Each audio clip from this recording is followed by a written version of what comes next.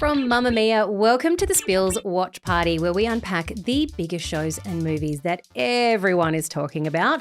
This is our brand new podcast, part of the Spill family, where we don't just watch TV and movies, we're going to pull them apart, we're going to dissect them, we're going to bring you all the opinions, all our juicy theories, and all the behind-the-scenes gossip that you know you want from your favourite shows. I'm Claire Murphy. I read the news for our daily podcast, The Quickie. I also co-host our women's health podcast, Well, and I never really get to have my opinion about anything. So I'm very excited to be here today to talk about this with you because I am at heart a romance girly. Anyone who knows me knows that I read romantasy, and that does extend into watching rom-coms and love triangle tropes, which we are about to discuss. So today we are talking about a show that I've been told is actually very weird for someone of my age to be into, but here we are. It is the teen love triangle that is The Summer I Turned Pretty. It is obviously a book series first, and it's been turned into a TV series written by Jenny Han, who is also obviously working on the show itself. It has taken over our social media feeds. It has taken over our group chats. So that is why we are talking about it today. But I'm not going to do this by myself because that would be weird. I have brought in a couple of The Summer I Turned Pretty super fans, starting with Manisha Iswaran. Hello. Hello, I'm Manisha. I'm the executive producer of The Spill, but more importantly for today, one of The Summer I Turned Pretty's biggest fans. This show has really taken over my life for the last 3 months. Every Wednesday night, I'm there, 5 o'clock or as soon as I can get there. And then every Thursday morning is spent in about 12 group chats dissecting everything that happened the night before. So it's a very big part of my life, and I'm not sure what I'm going to do when it ends. Amazing, because my girlfriends are not watching it. Oh. So I have no group chats. Oh, well, this is why you need this. This is my group chat right now. I'm about to unleash. Watch out. And we're also, of course, joined by Tina Burke. Hello, I'm Tina. I am Mamma Mia's pop culture and social editor. And like Claire, I am also a rom-com, romantasy, romance everything girly pop. Mm-hmm. And I love Taylor Swift. So when the Summer I Turned Pretty trailers first came out, I was like, I have to get on board with this, and very quickly fell in love, not only with the teens, but for me also this time around the mums. It was the mum friendships that got me. I just want to have a wine with those ladies. And that's how I know time is passing and I'm growing up. I mean, it's going to be tough with Susannah, but We'll talk about that. So we are actually at the pointy end of the third and final season. In fact, this week's episode was the penultimate one, although there is discussion about whether it actually is to be discussed. And if you are not across it, the central character is Billy Conklin, Billy short for Isabel. Why she's called Billy, no one ever truly explains, but there you go. She's a teenage girl who spends every summer down at Cousins Beach, which is her mum's family friend's property. And her mum's family friend has 2 sons, 2 brothers who eventually fight for her affections. But this season, things are getting wild between Billy and her boys and several other characters. Although I'm so sorry, Taylor's mum's beauty salon, none of us care about. Not one person. What happened to your business? I'm so sorry. So let's talk about how popular this show is, girls. It's obviously got a lot of people talking. A lot of people have theories, and we are going to be discussing those today as well. So a couple of theories first. Why are we watching it, and why is it crossing generations? I have 2 theories, which I'm going to start off with. So the first one is that younger Gen X and older millennials are remembering how shows made them feel when they were younger. So I'm talking things like Beverly Hills 90210, The OC, and then other movies too, like Twilight, which obviously has a very big influence. Huge. Two huge fans right here. 2 huge fans right here. On The Summer I Turned Pretty. So obviously with like the team Jeremiah versus team Conrad theory, which we'll look into. And that has really been missing from a lot of shows in recent years because it really went out of fashion for a while. And the second theory from me is the collective experience theory.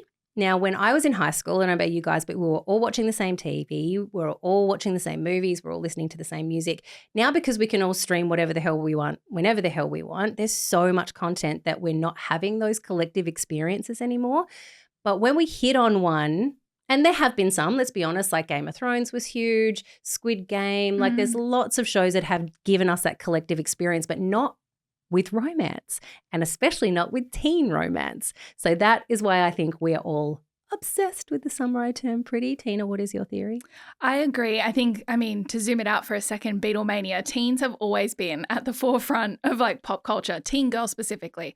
What are teen girls loving? It has always been at the forefront of pop culture. And I think with something like The Summer I Turned Pretty, it just speaks to the lack of teen romance content. There was that era where we had the CW producing all of this stuff, right? It was like the OC, Gossip Girl, Gilmore Girls, One Tree Hill. There was no lack of content. You could switch it on any night and you'd have something to watch if you were a teenager looking for romance and looking for love triangles. And we don't really have that anymore. Netflix have had some hits like Never Have I Ever and Ginny and Georgia, which speak to that sort of love triangle, small town drama, brings in the family relationships. But without those weekly drops, the discourse dies off really fast. Yeah. Like people watch it, they do all of the stuff, the edits, the podcasts, everyone's talking about it. And then a week later it's gone. I think bringing back the more traditional weekly drops means that like it's gotten that water cooler treatment. Everyone's talking about it. And I want to see what the young girls on TikTok are editing, like which Taylor Swift songs they're doing this week to edit Conrad and Jeremiah, what people's opinions are. And I think people don't want to miss out. I have so many adult female colleagues in this office coming to me going, can I binge watch The Summer I Turned Pretty in 2 weeks before the finale? Just to be a part of it. They just want to be part of it. And I think you want to be part of that discussion, but we haven't had that with a teen romance in such a long time. And I think you're the first person who has really sold me the purist theory. Laura Brodnick, who is host of Spill, talks about this all the time, that you have to watch TV shows week after week rather than binge it all in one session, which we want to do these days. And I was always like, if it comes out all at once, why shouldn't I just watch it all at once? But that's the reason, because it gives us that experience to have together and look forward to the next week, right? And I'm such a binge watcher. Like the first season came out, I binge watched that absolutely. And I was really resistant to the idea of a weekly drop, but it does give you that community and that fun. And it's just like something exciting to talk about. Like there are male football teams in the US and in Australia, like the Brisbane Broncos doing Team Conrad or Team Jeremiah questions on TikTok. Yeah. People you wouldn't expect are into this. And I think the more that you get FOMO, you don't want to miss out. Like you want to be a part of this discussion. So I think weekly drops, maybe this sold me too. And husbands and boyfriends, we know you've been watching while we've been watching. You don't have to be sad about it. You don't have to lie. You don't have to resist. We know you like it. It's fine. Mon, why do you think we're all obsessed? Well, I do agree about the weekly drops and the community aspect. People watching it at pubs. You see these screenings happening in New York in these huge parks. There's a pub here in Sydney that is like booked solid. Oh, there's more than one pub. Forever. There's more than one pub. But there's one like literally down the road here that you just cannot get into on a Wednesday night. It's quite a beautiful thing. It's like, I suppose, what others get from watching sport, I now get from The Summer I Turned Pretty. Mm-hmm. But I did a bit of a deep dive into the reasons why, because I wanted to know psychologically what is it about this show that seems quite basic if you look at the plot that's reeling us in. And I was thrilled to find out that academics are spending their time weighing in on this. I love this. I found a couple quotes from a psychologist, a therapist who specializes in relationships and attachment, and she was talking about how the way that it's written, it really blends nostalgia in this way where it taps into your earliest feelings of love, and it feels more like a memory for some people than it does a story. So if you're young and watching it, this is your potential life, and if you're older and watching it, this is like a trip down memory lane. Exactly. It's that phase of life that everyone misses where you get those butterflies. And I also read this other comment from a sociologist about the emotional comfort food that this is providing for us. It's a bit dark out there at the moment. And sometimes you just want to go to Cousin's Beach and have some brothers fight over you. And be in a rich house and like wear a nice sweater vest. I don't know. Like just the knitwear in the Christmas episode alone. It sold me. It's so comforting. It's all you need That's to all quell you the need. stuff out there. And the amount of chocolate that Belly consumes over every season, like she's a girl after our own heart. She is. Okay, so can we get down to the fact that these are based on books, and I need to establish, have either of you read them? I have not read the book. I feel as though I have from the TikTok girlies telling me about what's to come and what's not matching up. But I didn't read the books, and I actually find that most people I speak to watching this season or watching this show in general haven't read the books. I haven't either. And when it first came out, a few of my friends had. And I felt like I couldn't read a teen romance book, but somehow a teen romance show I was okay with. It's like a different It was thing, like a different thing. Yeah. I felt like if I read the books, obviously I was going to be in her perspective and her mind. Whereas this, like you said, watching the show, I feel like she's my little sister. Yeah. Like I'm like, oh, this girl. Let's see what she does next. I know, right? But also too, I have never been one to be able to read first, watch second. Really? Because I spend the whole time going, that's not how that was supposed to Okay. go. That's not what the storyline was meant to be. So I'm so critical of it. Whereas I think if I watch first, read second, I can go into it just completely clean slate and be able to enjoy that experience. And then I can read later and go, oh, that's how she changed from the book to the TV show. Yeah. If you know what I mean. Yes. So let's talk about Jenny Han then. She is the author. She also is involved in creating the TV show, The Summer I Turned Pretty. Is this woman the Taylor Swift of TV with the amount of Easter eggs that I am seeing dropped all over the shop? So some of the things I have seen. In one of the still shot posters for this series, there is Conrad and Jeremiah in suits. Belly's standing between them wearing her wedding dress, and she has got her hands like this. What is this? An infinity. It's an infinity symbol. Who is the infinity symbol associated with? Our boy Conrad. Conrad, who of course gave her the infinity symbol necklace. There's also a lot of harking back to the movie Sabrina. So one of the other still shot posters is like an actual still shot poster from the movie Sabrina, and there's lots more to talk about. But what other Easter eggs have you guys seen? So one that I really like is the Conrad carrot theory. So talk to that, please. The Conrad carrot theory is essentially when they're looking through photos for Susannah's memorial this season, his mother, they come across this photo of young Conrad, and he has a plate with some carrots in front of him, and he also has carrots sticking out of his ears. I don't know if you recall this very niche still frame. I don't recall that still frame, no. And so essentially they're looking through, they see this photo, and Laurel goes to Belly, do you remember when you were a kid and Conrad would tell you that if you ate all your carrots, you would get superpowers and you'd get X-ray vision? And then earlier that season, she had been talking to Taylor about her wedding. They're looking through the wedding scrapbook of things that as a child she had come up with that she wants in her wedding, and there's carrot cake. There's carrot cake in the scrapbook. A callback to her love for Conrad and a clear sign that she shouldn't be marrying his brother, some may say. Of course, clearly. Very clearly. A beautiful carrot Easter egg. I hadn't seen that one. I love that so much. Tina, what have you seen? Look, mine's from the most recent episode, my favourite. So we might be jumping on a little early here, but the Taylor Swift of it all, I can't keep bringing it back, but I have to, is that she often background hides things, right? Taylor Swift, like something will be in the background. It'll be a letter. It'll be a message. It'll be a book on a shelf during a podcast episode, yes. So obviously in the most recent episode, Belly's moved into her new apartment and there is a moving box behind her, and on the box it says A12. And if you know anything about Swifties, they're like, what does this mean? What happens? And people now think that the 12 means there's going to be a 12th episode, that there will be a secret extra episode coming our way. Because what else could the number 12 mean? Of course. Like it couldn't mean anything at all. It couldn't be the 12th moving box. I think Jenny's so specific that like the 12 has to mean something. So I am hopeful that we're getting a secret 12th episode, because how are we going to jam all of this in? Well, everyone has to clear their calendars for an extra week than they thought then. Or a double drop. We might get to binge watch something for once. Who knows? It could be very exciting. But I do think the Sabrina Easter eggs of it all also were really interesting to me, because it made all of these young fans go watch Sabrina. I know, because if you're not across, it's Audrey Hepburn, and she too is in a two-brother love triangle. Yes. And she also writes a letter from Paris about the fact that she has found herself and she knows who she is and she knows what she wants. And there was a really beautiful Easter egg in the last episode of a shot-for-shot remake from Sabrina that showed Belly in that position, which tells us, you know, maybe she's ready now for Conrad to come meet her. I don't know. But the Sabrina of it all also plays into the posters. So there was a poster at the beginning of the season that showed them recreating the what do you call it? The promo shot. I'm like the cover image of the DVD. No, we're not of that era with Audrey Hepburn. But they recreated the poster, which does show that, like, yes, while Jeremiah is really into her, she's not necessarily leaning into the kiss and Conrad's watching them, but she's leaning towards Conrad. So there was a lot of body image analysis going on with these posters. In every single poster, Belly and Conrad are kind of looking to each other and Jeremiah is just sort of watching them like a weirdo.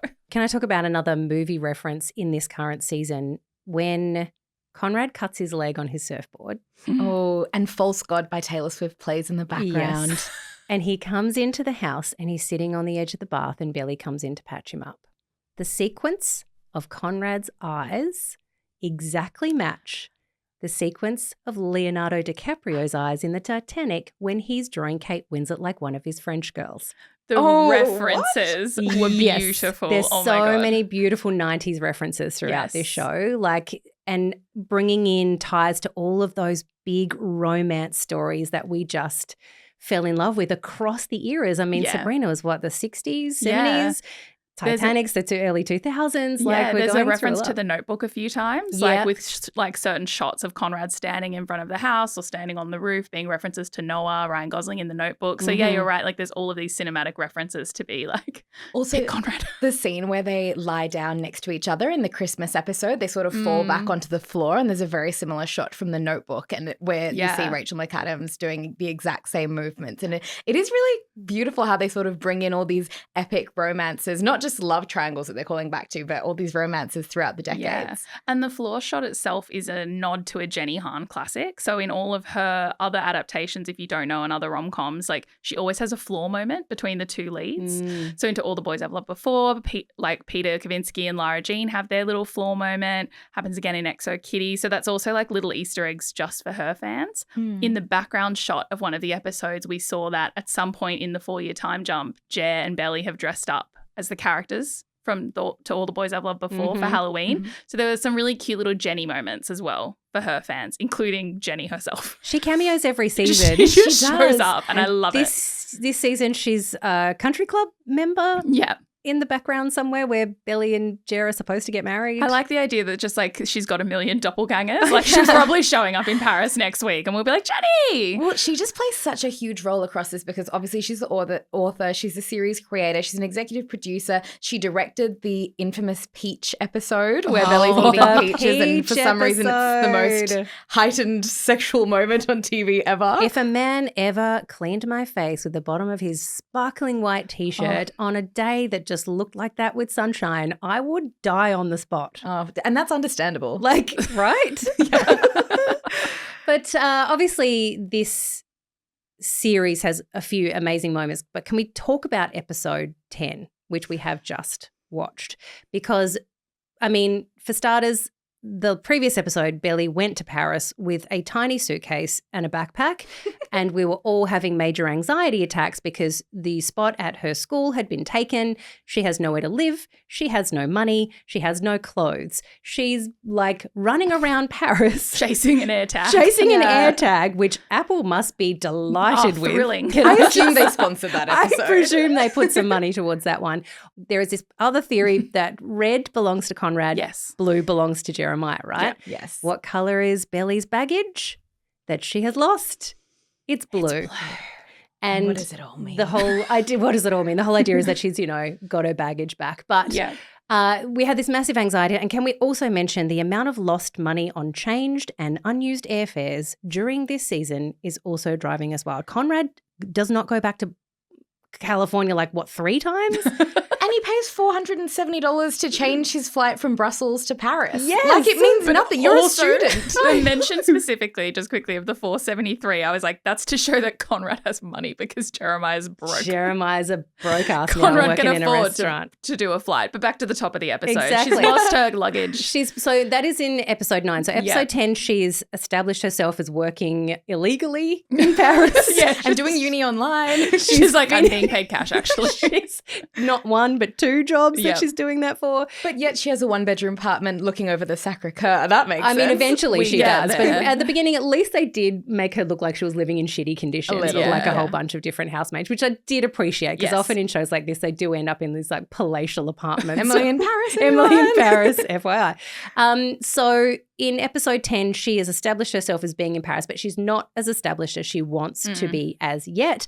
And of course, back home, Conrad is still just mooning about the place, missing Belly, while Jeremiah's being a total dick. What are your takes, Tina, on episode 10? I just loved how much we moved after the episode before where she goes to Paris and we spent a whole episode on chasing a bag and kicking a man in a nightclub. Yes, it was fun, but I was like, guys, we have 2 episodes left. We have so much ground to cover. So I did really love that there was a bit of a time jump from New Year's to, I guess, Jenny her feeling does a bit love more a time comfortable. jump. Yeah. But I mean, look, I'm not Team Jeremiah. I can't with that man. And towards the end of this episode, I did feel a little bit more for him.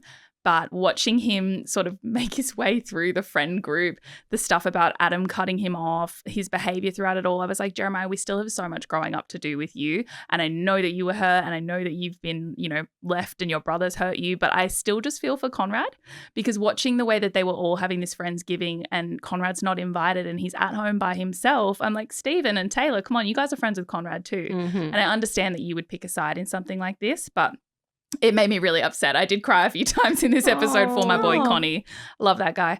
But I did feel like Jeremiah had some growing up to do. So I'm really glad that we got to a point where he's got a job in a restaurant. He's cutting onions. We saw that emotional apology to Laurel. That was so important to me. Can we just mention that obviously cutting onions is a reference to crying? Yeah. So maybe he's starting to get in touch with his emotions. Maybe he's getting in touch. And I did feel that, as someone who has staunchly hated that man through this whole thing, I went, okay, I'm getting that you're going to grow up a bit now. And I do feel sorry for you, obviously, for what's happened, but you're also taking a little bit more ownership of your part in how this has all gone to hell. Not complete ownership, though. Not Far complete. from No, complete he ownership. never would. From. Oh, God. But there was a scene that I felt was really quite compelling when we're talking about Jer growing up, where he and Conrad are at Susannah's grave because it's the anniversary of her passing. And this, I think, Jenny Han has pointed out quite a few times in both the boys' relationship with Belly, that Jer sees her as something to obtain and Conrad sees her as someone to nurture and to love. And in that scene, and we've seen it before when, Jer's eating the apple and he's just so happy that Belly told him that she'd gone to Paris but had not told Conrad. Yeah. Whereas in the scene in front of the grave, Jer is talking about how Conrad had done him dirty and how he just wanted to take Belly from him.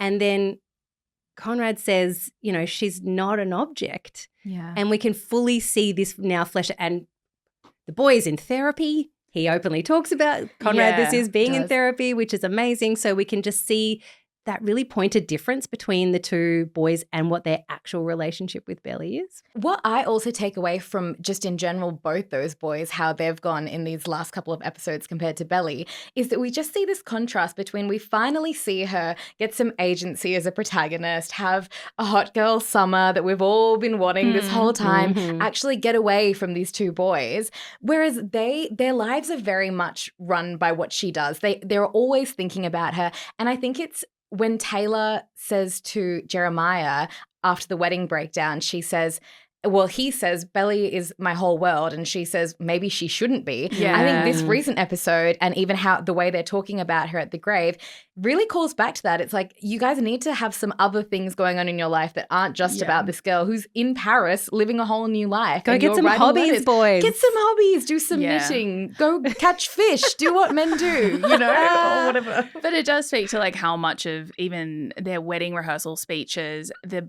eventual breakup, how much of their relationship was just tied to the fact that they grew up together and they loved Susannah so much and they lost her, and their whole relationship was just based on them not wanting to lose each other too. Not necessarily that they were in love, but that they had so much love for each other.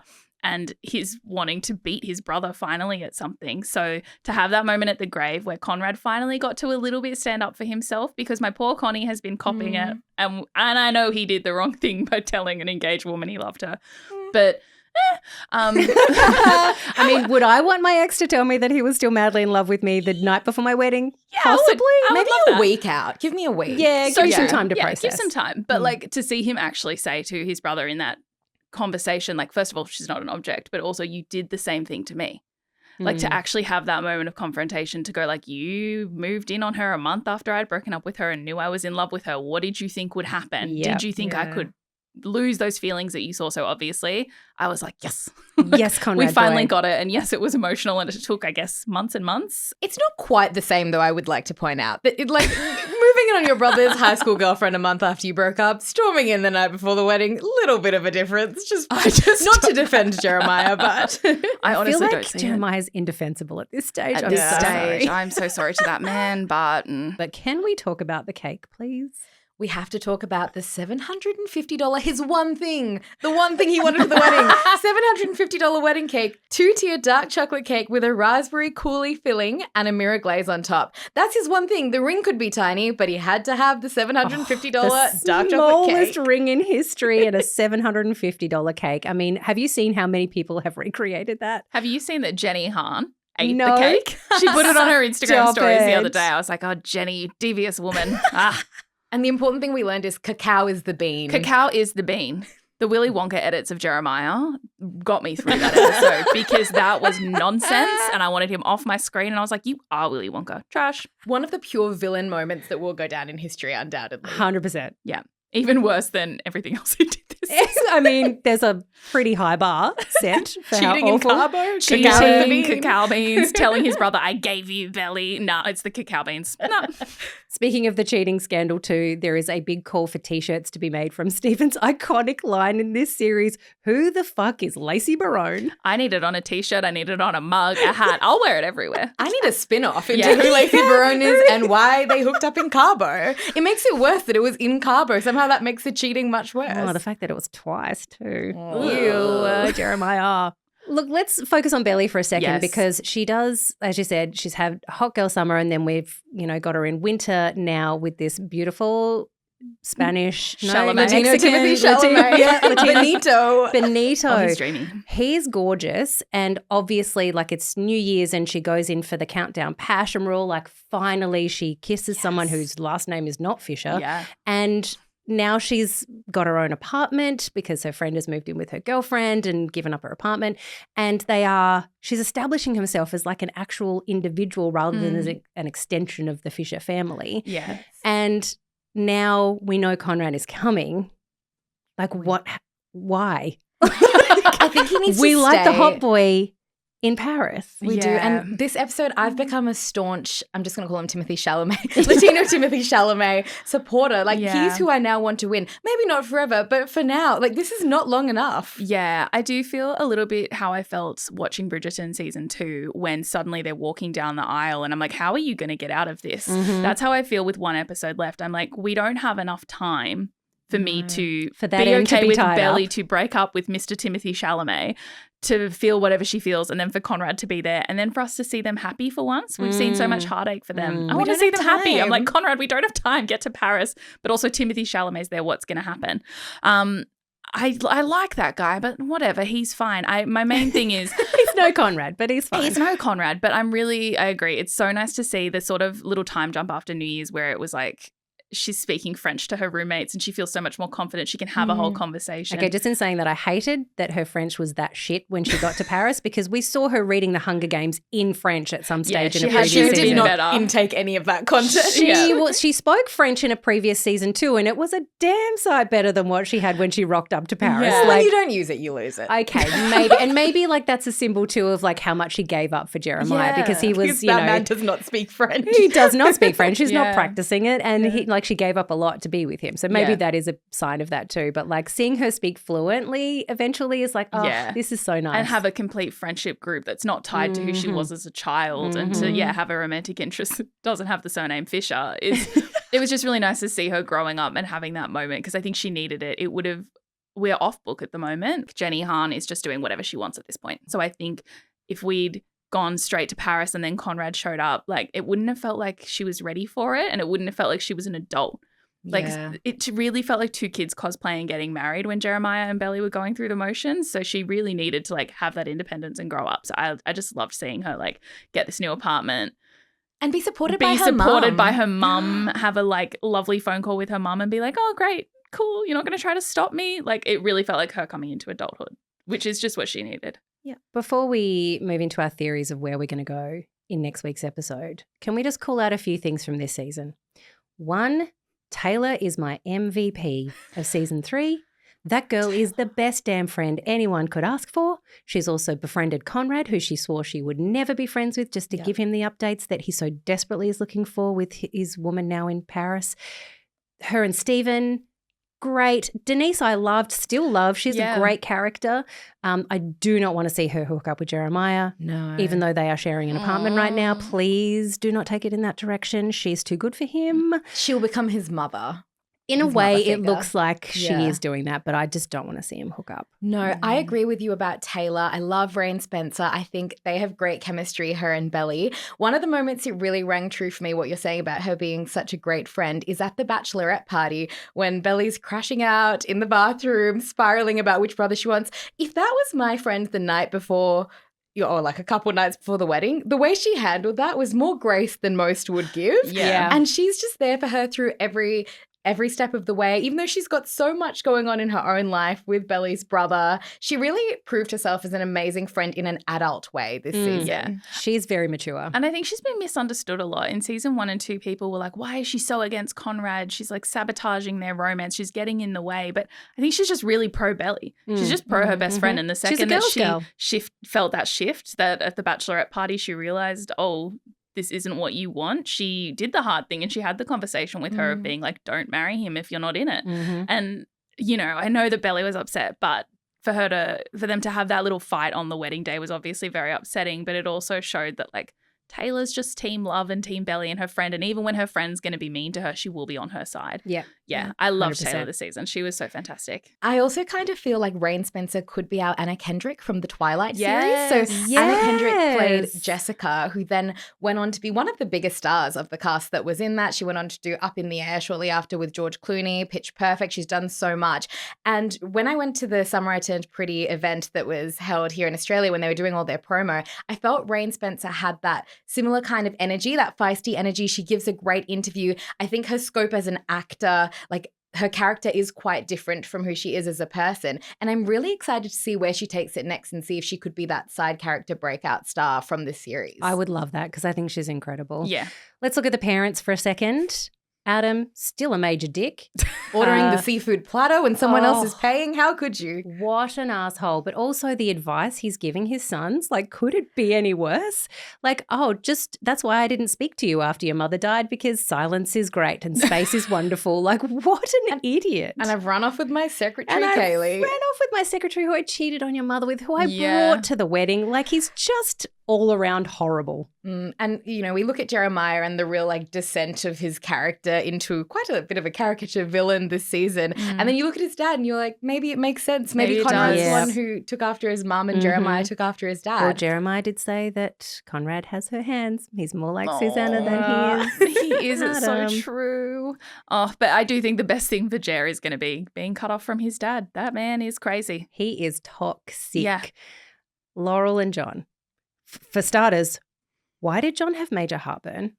I'm concerned. There's a death coming. Is I he think we going to all think die that or is he was just going to weird. have I a was major heart like, attack? what are we I'm very doing? worried for him. Well, a lot of the fan theories about what does happen in the finale do center around various potential deaths. One of them, I thought the same thing when I don't saw need the a death heartburn. right now. I need. But also, I want Laurel and John to get back together. But did you do notice? you? I do. She already seems annoyed at him. She already seems like she's getting sick of him. Like, obviously, they've had a divorce. They've had so much time apart. And I feel like this season, when they're prepping the Christmas dinner, she's like, I don't know, John.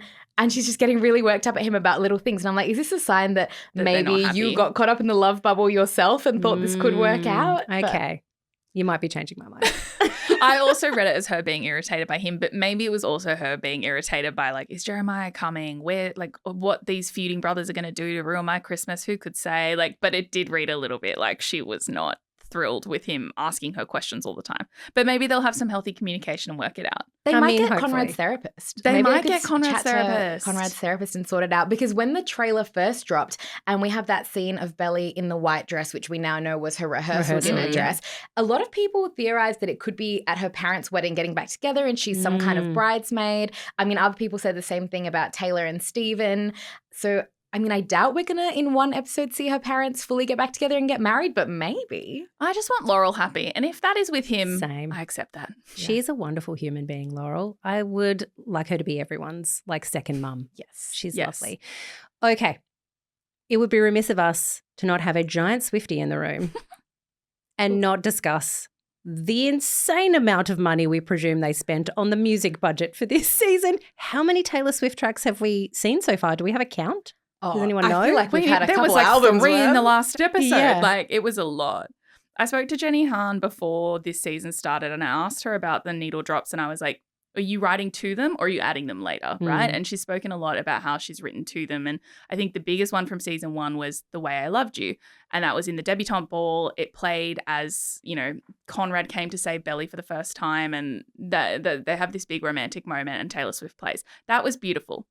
This season, every 5 seconds there was a needle drop. Yeah. And I was like, we are getting intense with the needle drops. And I do love the moments, but also sometimes you have to let the scene or the actors speak for themselves. Yeah, but when you can play murder on the dance floor. Oh my God. Yeah, that was a beautiful epic. use of Sophie Ellis Baxter, like crying in the bathtub, and then it's like, I was like, ooh. So when there were some other ones, it was great. And look, I really love the Taylor Swift ones, obviously as a massive Swiftie, and the significance that it brings to each scene, but there were so many of them. I do think the most significant at the start being the ones in the trailer, which was Daylight and Red. Would you like me to explain the significance as an ultimate We need you to explain. Please do. They did a mashup in the trailer, and the song Red is from the album Red. And if you don't know it, it's I would say one of Taylor Swift's best songs. It's just lyrically beautiful, and it talks about a love and a romance that she's lost and how losing him was red. And then she had a song called Daylight years and years later, about a different romance completely. But on that song, she sings the fact that, she once thought love would be red, but it's actually golden. But what they did in the Summer I Turned Pretty trailer is like remix the meaning of what those two songs do together. So they kind of say, like she says in the song, I once believed love would be black and white, but it's golden. But in the trailer, they cut it before she said, but it's golden. And they played the snippet of red. So that then the meaning would be that Conrad is the color red and losing him was red, and like losing him was awful, and love for her is this color red. So then what they've been able to do throughout the whole season is, bring in some red hydrangeas amid the blue hydrangeas or a pop of red here and there to show that Conrad is this really meaningful person to her. And the thing that really cemented this for me was the flashback montage that she edited in her own mind when she was high in the club for her bachelorette party. Relatable to everyone. That's where your mind goes. And they played Ariana Grande for that montage. But the thing is, the bridge of Red is this really iconic line of remembering him comes in flashbacks and echoes. Tell myself it's time, I have to let go. But moving on from him is impossible when I still see it all in my head. So to have that montage of all of her most beautiful moments with Conrad when she's high, I'm like, loving him was red. You're so right, Belly. Oh, barely. There was also a moment, I don't know which Taylor Swift song it is, but after Belly and Jer announced that they're getting married to the family at the restaurant, and then there's that scene, like the drone scene that pulls up, and there's Conrad like standing in the car park as everyone's kind of driving off, and the lyric is like, you left me at the restaurant. And there's just Conrad standing there. Yeah. And by he's himself. still at the restaurant. He's been left at the restaurant. Yeah. And I mean, again, that's another one of Taylor's like underrated hits, Right Where You Left Me from Evermore, which is obviously about this feeling of being left behind. But like they just use, as much as I'm like, oh, there's too many, I love every single one because it's always the perfect one for the scene. Like they've just nailed it. Even in the most recent episode, using the one, a song about like how it would have been so great if this man turned out to be the one, as we're seeing Conrad make the decision to fly to Paris and her make the decision to write him back. What a beautiful little needle drop moment. Sometimes watching The Summer I Turned Pretty does feel like an extended music video short film, It of reminiscent does. of, one of Taylor's like All Too Well. And Jenny has said that while she was writing the series, she was listening to Fearless on repeat, which is the album that The Way I Loved You is from. And the themes in that really cross over with this. It's very coming of age. It's very first love. And her big dream, as you were saying, was for Taylor Swift music to feature if this was made into a series. And so when she was first working on it, an Amazon Music rep told her, you should write a handwritten note to Taylor Swift explaining why this means so much to you, which is how The Way I Loved You ended up being in season 1. And then all these other songs, they've obviously got some little deal going. Yes. And I think even behind the scenes, it plays a really big part because in the scene where Belly finishes Conrad's crossword, apparently it didn't feature in the show, but they were playing for the actor, for Lola Tung, they were playing All Too Well by Taylor Swift to help her get into the right Also, isn't one of the mindset. crossword another Jenny Han TV show? The clue is from one of her other TV shows. Oh, I think it was P.S. I Still Love You, which is the title of the third To All the Boys I've Loved Before film. Yeah, I think it might have been. I think that Easter egg sort of crossover of how Taylor loves doing Easter eggs for her fans. Yes. Jenny Han loves doing Easter eggs for her fans. So if you look at a Venn diagram of Jenny Han fans and Taylor Swift fans, we all like love all of it because we just love these little clues. We love the romance. And we love the teasers. And I feel like Jenny Han and Taylor would get along really well. And it's really smart because we all associate a lot of these teen shows with certain songs. Like The OC, I can't hear a bunch of songs without thinking of that show. And then like Jenny Han's To All the Boys adaptation, there are songs from that movie where the second I hear them, I go, oh my God, Lara Jean. But I think the use of Taylor Swift is so smart, especially in this like TikTok era where everyone wants to edit the heartbreaking scenes to the songs. Like that was always going to be a major success, to use Taylor Swift's music to reel into these romantic moments. But we do have to thank her brother, Austin. Taylor Swift's brother is in charge of licensing all of her TV show and music, like all of her music use in TV shows and movies. So even though Taylor obviously was like, go for gold, we have Austin to thank because he's sitting there going, you can use You're Losing Me and Snow on the Beach. Please, here, have it. Oh, Thank you, Austin. Thank you, Austin. We love you. Can we mention finishing on Sign of the Times in episode 10? Oh, that really hit. I mean, the like other when you talk music, about cried, I like cried. Yes. Well, the non-Taylor music is amazing. Just get what you're saying. That it's so emotive. Wild Horses playing during the Peaches scene. You just get an emotional hit throughout each episode. Yeah. Do you know what amazing. one really did it for me? And you might feel this too, Mon. Not so sure. This must be an age-related song. This is age-related. Okay, right. After the big beach montage, which I could talk about for days, the next morning when Conrad and Belly are talking in the kitchen and he's like, no, I love you and you have always known, With or Without You by U2 plays. I know With or Without You, but Tina. I cannot think of that. And I think Australian women of a certain age cannot think of that song without thinking of Looking for Ella Brandy. Of course. Yes. Oh, you lost me. Exactly. I knew I would lose you on. Such a pivotal moment for our like coming of age. Yeah. And like I know that obviously Jenny is not watching Looking for Ella Brandy and taking notes, but for me, she might be a fan of Australian cinema, who knows? And I mean it's a wonderful U2 song, but for that song to start playing, I bawled my eyes out. Yeah. Great music choices. Okay, it's time to talk theories because there are a lot of them. The wildest one I have seen so far isn't how this series is going to wrap up because, as you've mentioned a few times, Tina, like there's not enough time left to pull all those threads together and make sense of it. It's very stressful. Very unwell. So, well, speaking of unwell, the theory is that this is nothing more than Susannah's fever dream. Because you know how like all throughout every season, it's literally been Susannah trying to push this narrative to Belly that one of those boys is for her. And then there's lots of kind of suggestions that it's supposed to be Conrad from Susannah. And so like even though she loves both her boys equally and wants them both to have a great relationship with Belly, that really she wants her to end up with Conrad. And we know that she's been unwell. I mean, in the series, she's actually dead. Sorry, spoiler if you haven't watched it. But like this is going to like end up in hospital where we like zoom out of Susannah's face. So in this theory, is she I did dead not watch yet? that She's woman not die. She's not dead. She died too long ago for this theory to be real. But she comes back in flashbacks all the time. She was back in flashbacks in just this last episode. So there's this theory that maybe this is nothing more than Susannah's wild fantasy that she wanted her two families, her best friend's family and hers, to be one. A little bit weird. But, a bit weird, but okay. I love when people are like, and the twist is, it was all a dream.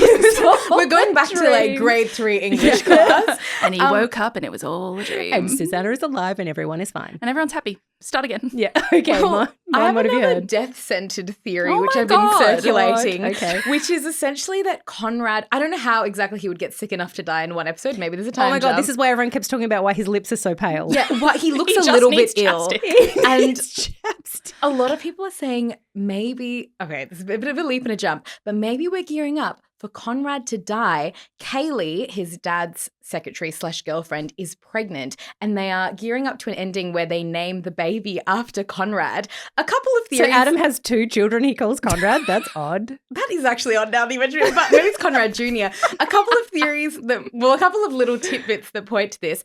In the rehearsal dinner, when everyone takes a sip of champagne, Kaylee doesn't appear to drink her champagne and people are like, oh, she's pregnant. God. And also, he's presumably been in a relationship with Kaylee for quite a while, but now is bringing her to family events, introducing her to the boys, and everyone's like, it's because they have a little brother coming. Yeah, but he also hates her family and is like, doesn't have Thanksgiving with them. Like, Well, we've established Yeah. Adam is awful, but yes. Can she not have the baby without us killing Conrad? It's a tenuous link, Where I does that understand. come into But it this? sounds like we're gearing up to a new baby called Conrad. Also, whoever made that video where they took Susannah's funeral and put Conrad's photo in the frame, like it was actually a thing, people lost their collective minds. Like, how dare you kill Conrad? Like, how dare you? But there's also another death theory I saw. Sorry to hijack this. This is crazy, guys. But apparently it kind of alludes to another great movie, the Anne Hathaway movie. I think it's called One Day, where epic movie where she is in contact with a man throughout her entire sort of adult life, on and off over the years, and they try and establish a relationship and fail. And then when they finally do, she gets hit by a truck. Yes. So devastating. They like, also made it a TV show if you guys want to watch that and cry. okay, We and cry don't again. need this. We don't need this to happen. What if Belly dies? What if she's the one riding the bike and gets hit by a truck just as her and Conrad establish themselves as this long lost love? If someone dies next week, I will throw my television out of the window. I am not okay with this. I have seen one death. I don't need more. Okay, Susannah only. I like the theories though. I like whoever's sitting in their room connecting these like dark webs and being like, it has to be death. Who? I don't know. It's the only way we can wrap this up in one episode. Well, but there's not enough time for us to have a happy period and a death all in one episode unless it's like 3 hours. We need a little bit of happy. Yeah. I'm hoping this is like movie length double episode. Okay. Well, what theories have you heard? The one that's been kicking around for me, first of all, was that people thought that Jeremiah would end up with Redbird.